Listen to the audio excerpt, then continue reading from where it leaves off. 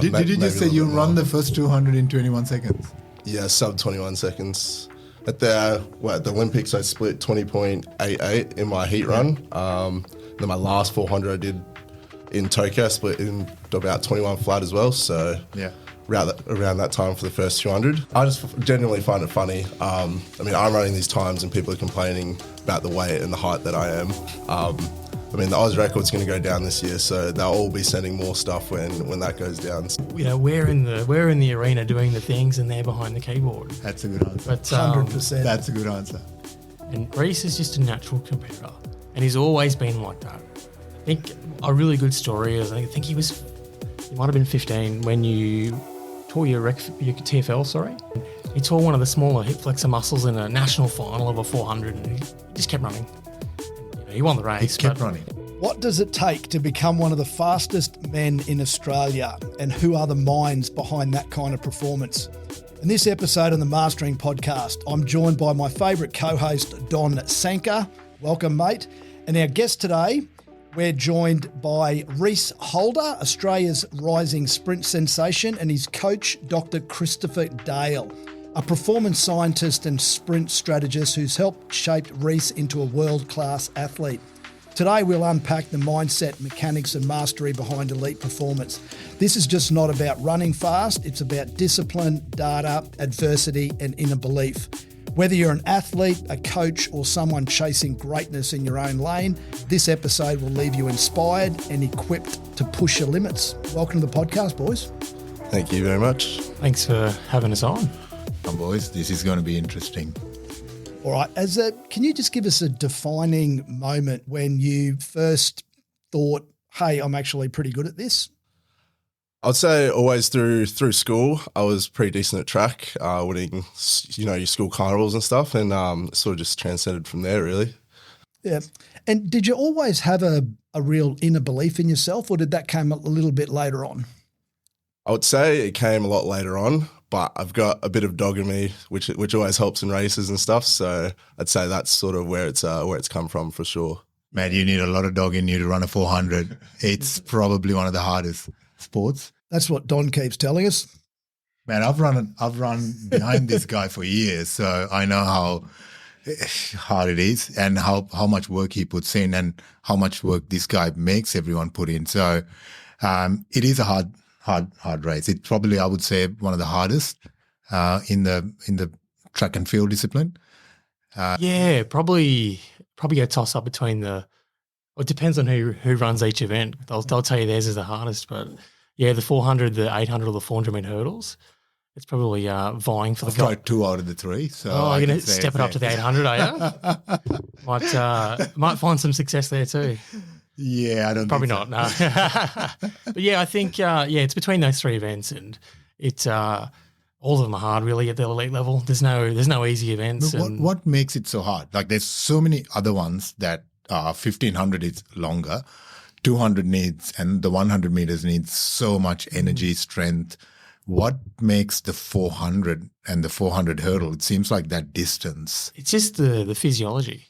So it's the time duration of the event.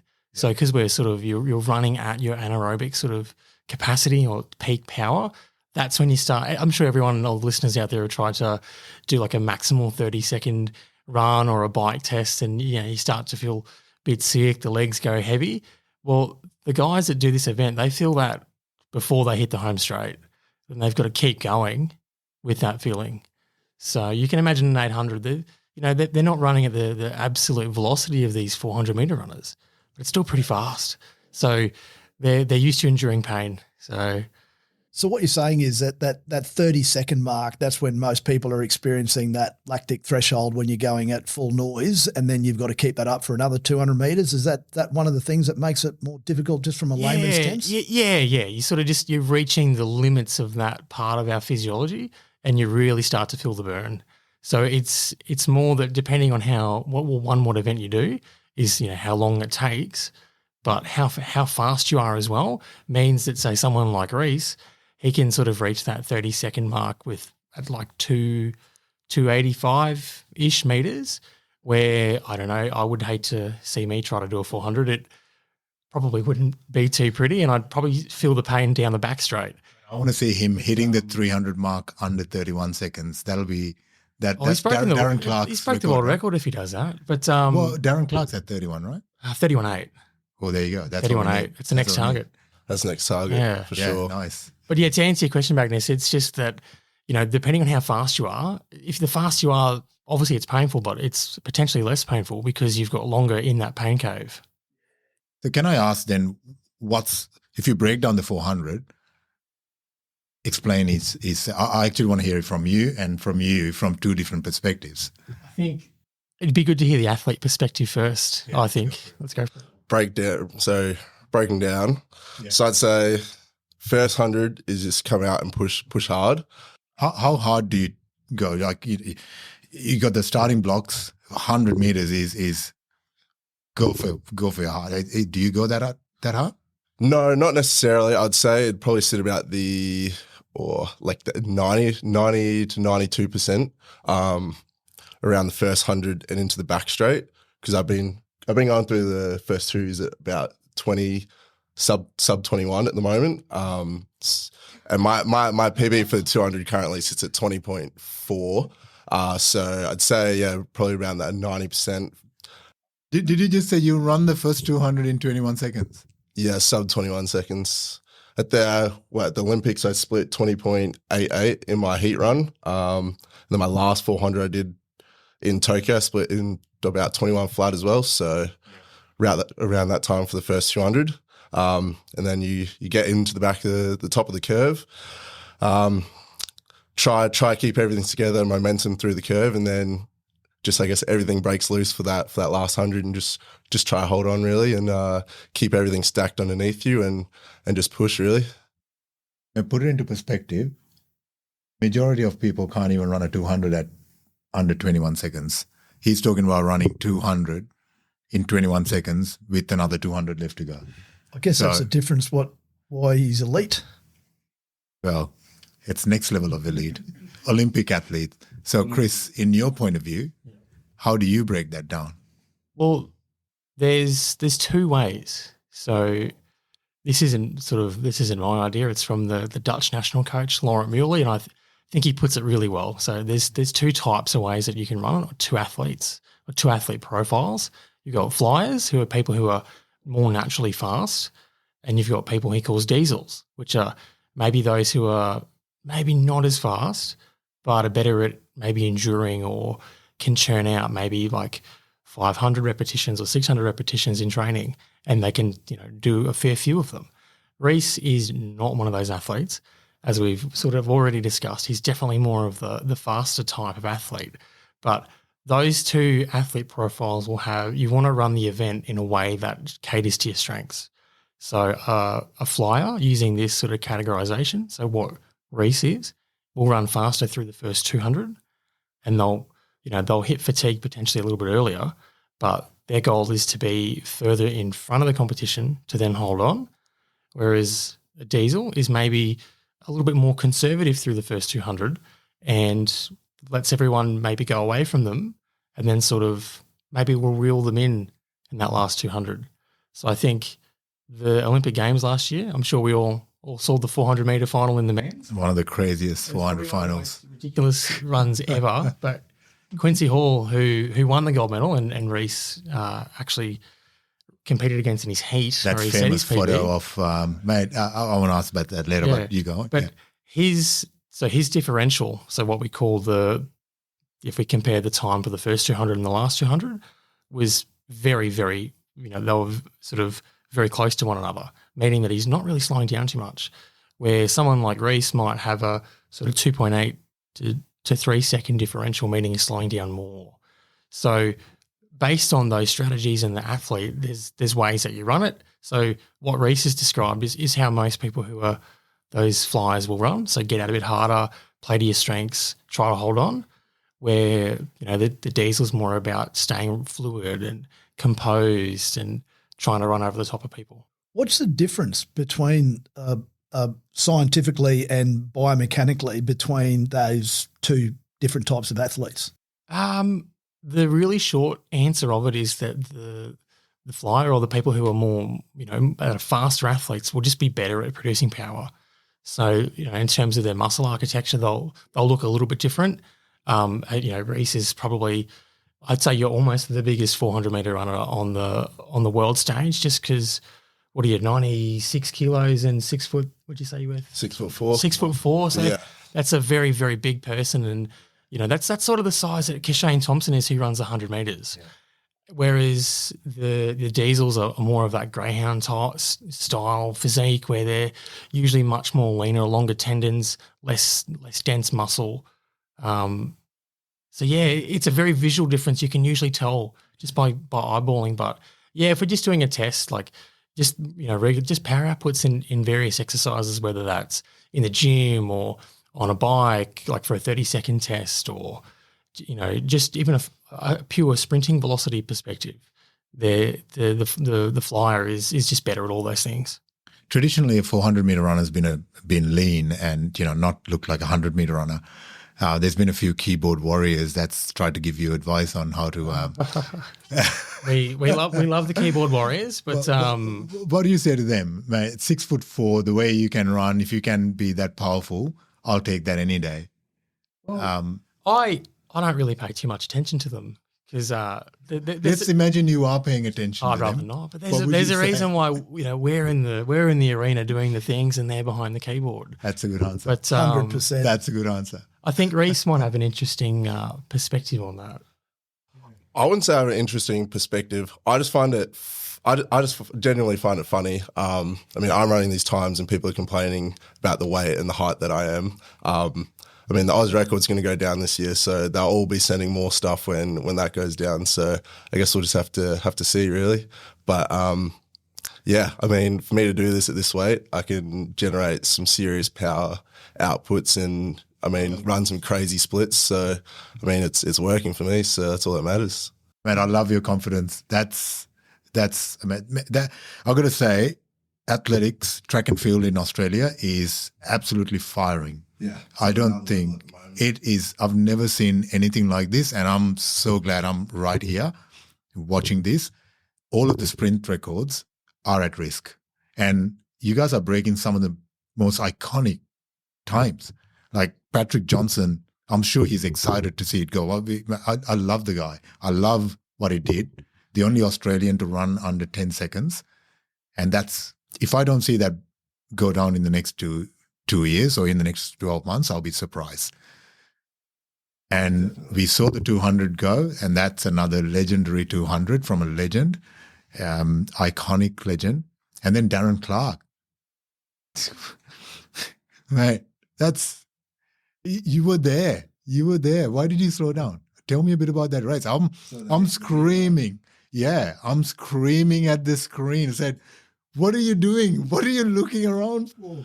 So for me, it wasn't so much about the record. For me, it was about making through the rounds and making the final and actually being competitive on a world stage, because that's something that we strive for, is actually being competitive on a world stage, not just going there to compete as a number.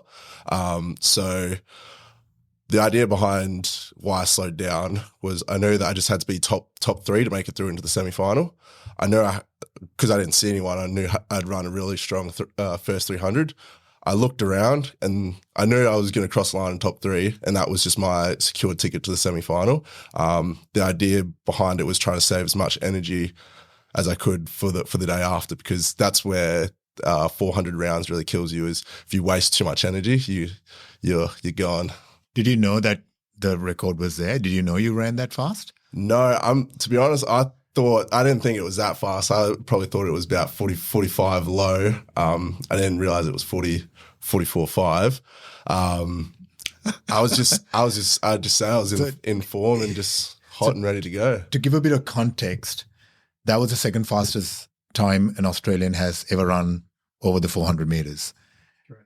And by far one of the best races. And he slowed down, like you slowed down in that. And you were in front of the guy who won the 400 final. There's this iconic photo where I think even he was taken aback. He was like looking at you like, who the hell is this kid? And there's no doubt in my mind, and Chris, I'm sure you agree, if he didn't slow down, the record was gone. I would like to think so. I guess there'd be some critics and some keyboard warriors out there, but I think from memory it was about 70 to 80 meters or so. I sort of slowed down and started looking around. So in my head, if I went straight through the line, that would have been gone for sure. This was at the Olympics. I think it's great, mate. You just keep doing your talking on the track and let the keyboard warriors do their thing. Definitely. I want to touch on sacrifices because I don't think a lot of people really fully understand what you have to miss out on to be a elite professional athlete. So can you just give us a little run through what a typical training week looks like for you and some of the things that you have to say no to? So a typical training week for me is Monday, train on the track Monday, Tuesday, Thursday and Saturday. So it's about 9 till 11. I'm normally on the track at about 8 to get ready for training and get my body moving and make sure it's okay. And then so Mondays and Thursdays we have gym straight after training. So I typically finish about 1 o'clock.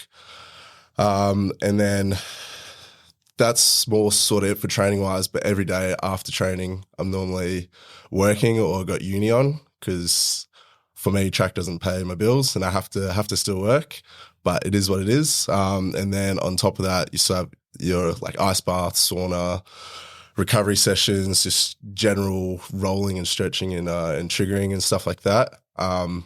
But sacrifice is probably just a lot of time and a lot of you don't see your friends as often as you'd like, and there's a lot of events and stuff that you always have to say no to. I mean, I don't go out and drink every weekend, but I would say there's a lot of sacrifice. Got to put potential career on hold. I'm currently only doing one subject at uni, so uni's prolonged a long time. But yeah, I'd say there's definitely a lot you got to sacrifice for it. With a bit of luck, if anyone's listening out there that wants to sponsor this young man, then get in contact with us. We'll touch on the sponsorships and some of those sacrifices and the financial side of it a bit later on. The thing I want to touch a bit on, Chris, like we talk about the athletes sacrifice all the time. Mm-hmm. The people that don't get the recognition are the coaches, especially in Australia. Like you've done a PhD. You've done a master's. You've done a master's. Sorry, corrected. You've done a master's. You're an I don't have time for a PhD. With everything you're doing, you're an exercise physiologist. You've done your master's. You know, you could well and truly go into allied health and make a shitload of money, but you choose to do this thing where you don't get you're not in front of the camera or get the recognition. You're in the background. So why? That's a good question. I don't know. And what are the sacrifices you have to make as a coach? I think I've got a bit of a controversial opinion about whether with sacrifice is I actually don't think it's a sacrifice. What I think it is just me being very selfish in choosing to pursue my interest at the potential, I guess, being more because I'm a registered osteopath, so I could earn a lot more money if I was working full time in a clinic and doing what osteos do. But I choose to not do that so I can pursue my interest and something that I think that I'm much better suited to or more adept to with the way that I think about things and my problem solving skills. So I don't think it's a sacrifice that I do that. I think it's selfish that I choose to do this over other things. But to answer your question, Don, a lot of what I do behind the scenes for Reece's success so far and the other athletes that I coach is just a lot of people see the success that they're having now, but a lot of the seeds that we planted for this were done sort of 5 years ago, 6 years ago, and then me as a coach, like I think I had to work this out for an Instagram Q&A that I did earlier today, and I think I've been coaching for about 18 years, and I'm only 34, but I started as a development coaching kids and like learned to play athletics sort of stuff, but it just takes time. And people see the results now, but it started, I didn't start coaching to do this. It just happened. But it's the process of getting involved in it and learning how to coach and learning how to work with people and finding your interest and, the tough questions that stubbornly I want to answer. What did get you started in coaching? So my mum, Sharon, she's sort of always been involved in athletics. So my one of the legends of Queensland athletics. My great-grandparents actually, they're from Victoria. So they're from Box Hill, and my great-grandmother actually founded the women's athletics part of Box Hill Athletics Club down there, and the gym and the pavilion's actually named after them. So like my family has been around the sport for a long time, but when I was, I can't even remember how old I was, but we were involved in little athletics. I got involved because my older brother went and did it, and I just happened to go. And then because I was around it, I enjoyed it and I wanted to do it. But then my mum got involved in coaching because some other kids at the centre wanted to coach and asked her, could she help them out because they heard that she used to be an athlete. So she got started in coaching not because of us, her own children, but just because of being around it. And then I got injured. I fractured my leg. I think I was 16 or something, and then I got roped into coaching the 8-year-olds for something to do because I couldn't train. And then, I guess I caught the coaching bug or something, but yeah, and it just started from there. And, one thing led to another, and I stopped competing myself because I think I was 26 or 27 or something. And what events did you compete in? Well, I did all of them when I was younger, but, predominantly through high school. And then when I finished school and in my early 20s, I ran the 100 meters. And, what was your time in the 100?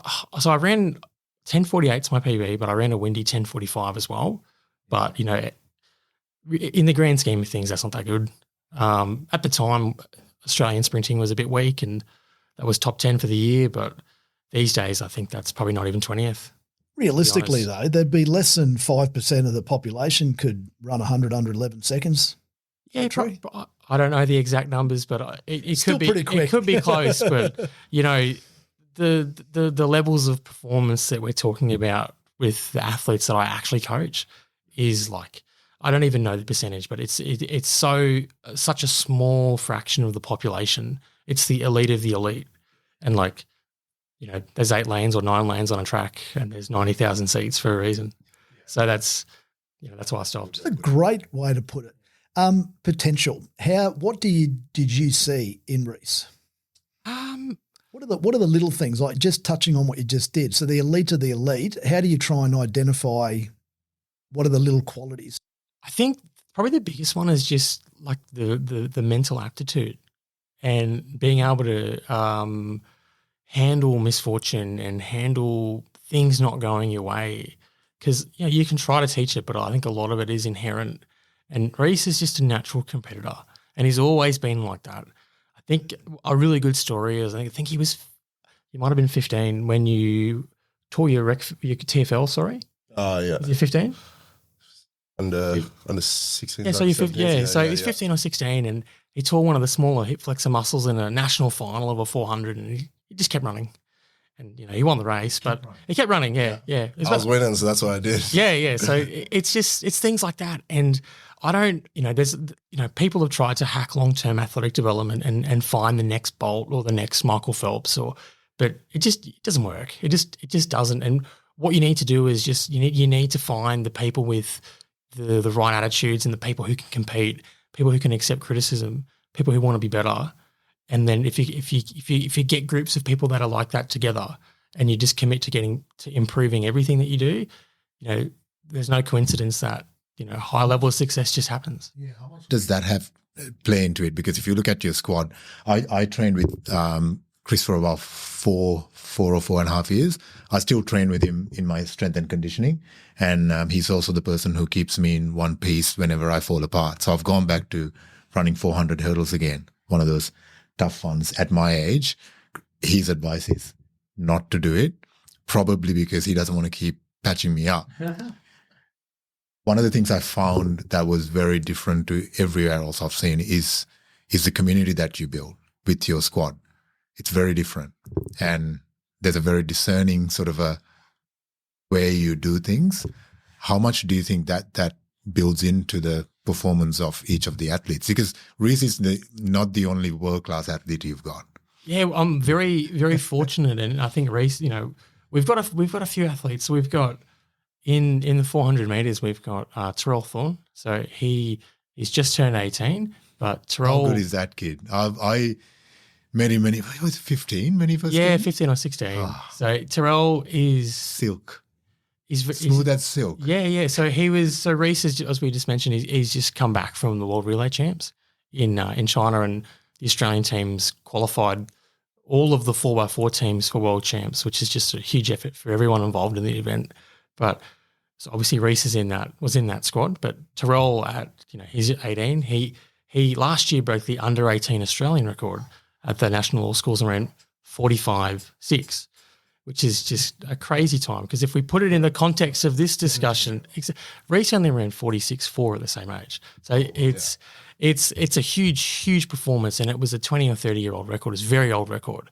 But he's also in the group, and he doesn't train like Reece does, but he's around the group, and he's in the environment that we're creating. I've got Ebony Lane, who's a 100-meter sprinter, who was in the women's 4x100 meter squad for Paris. She wasn't selected to compete, but was the lead-off leg for the team that qualified for the Olympics.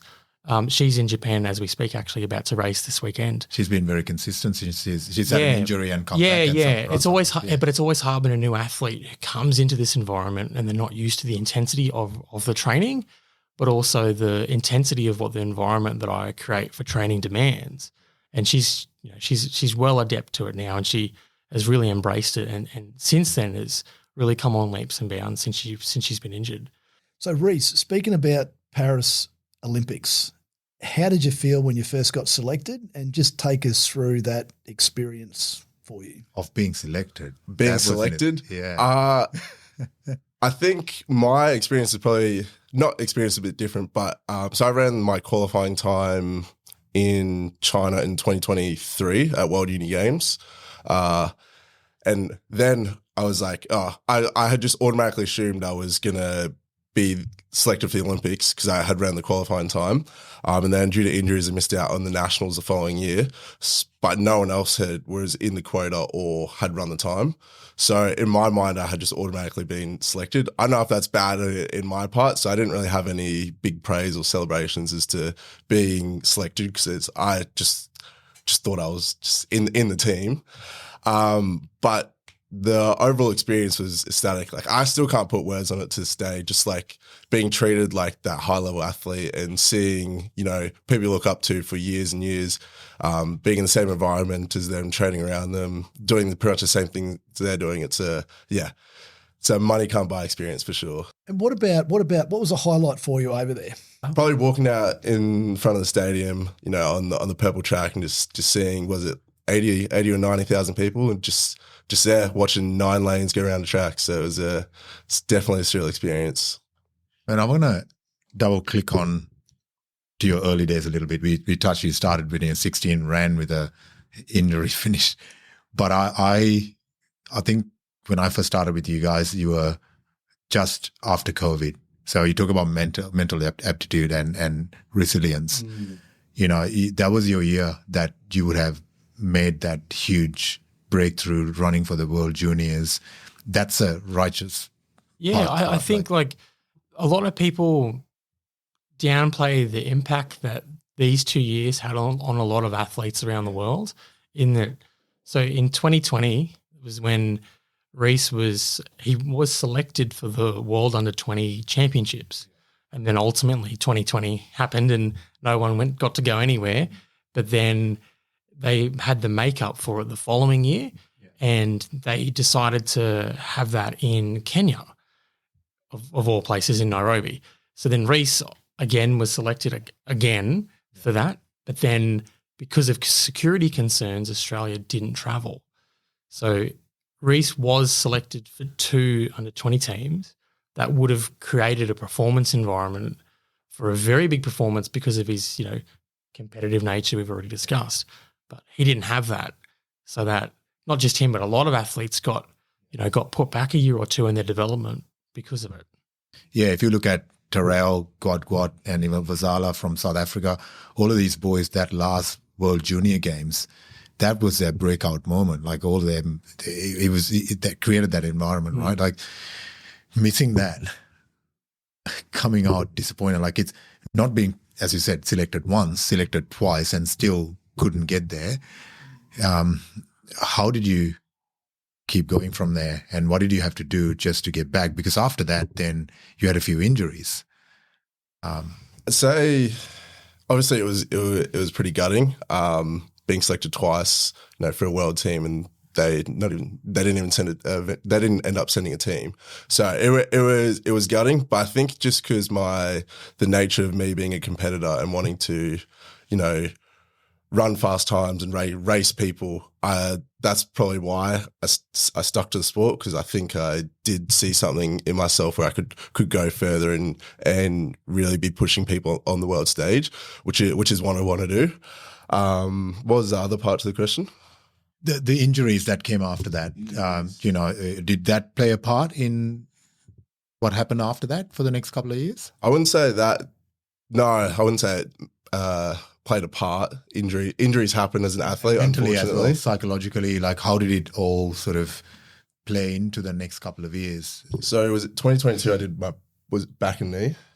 Yeah, it was. You had the. And I remember. Yeah, it was in the gym. Yeah, You had the hyperextension issue. Yeah. So I had a back injury and a knee injury in 2022, which are pretty bad injuries for me, and I still have some ongoing pains for them. But I'd bring it back down to why I'm here to race in the first place is just I feel like my mental strength is just there, and my competitive nature is just there, and I come back stronger every time because it just fuels a fire that I just want to come back out on the track and just race. I'd say that's purely it. We touched on with the last guest, and it was this really deep inner belief. He's a very spiritual person, very connected to the inside. Do you feel a little bit of that as well with yourself, that the way that you are and that level of competitiveness is really coming from deep inside of just who you are as a person? I haven't really thought about it that way. I could definitely see. I could definitely see it. I'd probably have to go home and digest it a little bit and just see where this competitive nature comes from. But it's just always been the case. It's got to be coming from. It's got to be coming from inside. To become a 400-meter runner, right? Exactly. Because when you hit the last 50 meters, it doesn't matter how much technique and everything you've taught. If you don't have heart, that last 50 meters is all you. Okay, it could be the difference between first or last. Yeah, 100%. So you mentioned that injury back knee. What's been the most significant setback that you've had so far in your career? I would say they're probably all equal, to be honest. A few hamstrings, and knee in the back. I'd say none of them were worse than it's any more of the others. that they're all equal, because not to answer for you, but because each time that he was sort of getting momentum to do something again, so like 2020, don't travel. Okay, pick yourself up, requalify, don't travel. Okay, I'm going to get ready. 2022, Oregon World Champs, gets injured, hurts his back. Okay, next year, 2023, World Unis. Oh, I actually get to go to Europe this time. He actually gets unleashed on Europe, and he gets to run somewhere else that's not Australia. I want to dig a little bit deeper into this, but I think we're going to need another episode, because one of the things you talk about, the injuries and the fact that, like, you weren't answering for him, but you're probably more qualified to answer on his behalf, because I think there's a big correlation between the injuries, the recoveries, to be able to come back and run the second fastest time. In my opinion, probably the fastest time if you didn't stop halfway through the race. Not halfway, 75%. I think it has a lot to do with your way of training. I think there's a huge resurgence around this. There's a lot of data available, and there's a huge quantum shift coming in how training is done. And it's been led by very few people that understands how to interpret some of this data. And I want to tap into that a little bit more and understand your coaching methodologies. And also the other part is having that medical background that makes you understand the human anatomy a little bit more deeper than an average person. I've done a I've got a maths degree, but this guy is probably one of the best analytical minds I've ever met. I wouldn't challenge him on trying to make sense of data. That's how crazy it is. I want to deep into it. If you're up to it, love to get you guys back again and sit down and go deep into it. I think we're going to run out of time for this session, but you've got a few quick fire questions. The fastest time over 400 metres, where were you? Paris. One thing every day to keep you sharp. Practice discipline. Favourite recovery tool or method that you use? I reckon recovery boots for sure. I'll have to throw this one at Reece again. Worst training session you've ever had? Anything over 400 metres. Actually, anything over 320 metres. Would you agree? Uh, That is worst training session? yeah, probably from the carry on, yeah. The 500s you haven't done in a while. I don't know if you're he back doesn't to it, make but- he doesn't make 500 Yeah. Nah. We did do 500. You were there when we did the 500s. once. Once. Yeah. What's your go-to hype song before a race?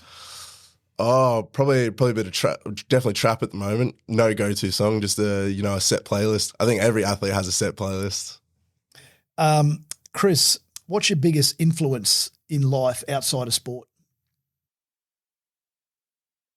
Being well read, because I think if you read from a variety of sources, you can draw on them from different perspectives to solve problems. Well said. And Reece, if you weren't an elite athlete, what would you be doing? That's a good question. Probably just vibing out, living life. Right, I love your honesty. 22-year-old literally. answer that one. Yeah. Yeah. And Chris, what's the hardest part about being involved in performance sport? When results go not the way you think. So poor performances, even though you may have prepared to your best. Your guilty pleasure food, Reece. Oh, pastries. I love pastries. Mate, Paris would have been Yeah. heaven. I was there after. I was into everything. One belief or quote that you live by, Chris. Probably discipline equals freedom. Oh, hold on. I want to ask Reece, do you have a quote or a... I wouldn't say I'm too much in the quote space. Keep vibing. That's it. What do you say to yourself on days where you don't feel like training? I just look at the result of what I want to get out of each year. It's normally a major champs or like a time or something I want to run, and just remind myself that I need to do this to get to where I want to get to. And every day sort of counts. So there's those little 1%ers. And Chris, what's a trait every athlete must possess to be successful? Belief and hunger. I don't think you can have one without the other. Fantastic having you guys in the studio this afternoon. Thank you very much for your time and insights, and mate, all the very best in up-and-coming competition. Thank you very much. Thanks for having us. Thanks, mate. It's been great. Thank you. Yeah.